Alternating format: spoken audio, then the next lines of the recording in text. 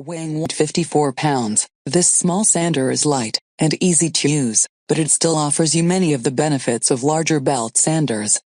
Its 1.25 amps may not seem like much, but it is powerful enough given its diminutive size. Another useful feature of this sander is that instead of sticking out, the motor is located flush on the left side, so you can more easily sand in corners. This unit is made out of fiberglass reinforced polyamide, which is a durable material. This belt sander also comes with some fairly standard features found on comparable units.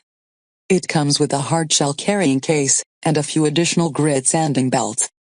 The carrying case allows you to keep the tool safe during transport, and when not in use. While this Proxxon sander has a belt release lever, compared to other sanders, the belts aren't as easy to change. Unlike most other units, this belt sander comes with a C-clamp. You can use this included clamp to hold the tool in place for stationary use. When using the stationary belt sander, your hands are free to sand smaller pieces of wood.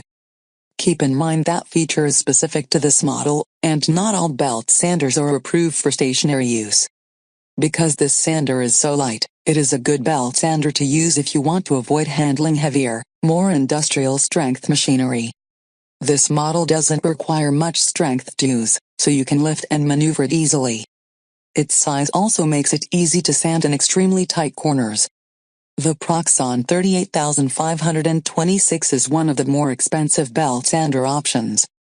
The unit is approved to be used as a stationary sander, and it comes with a C-clamp for this purpose. Because of its size, the sander is lightweight and easy to use. Its size also means it is suited for smaller, more delicate work, and it isn't the best option for large projects.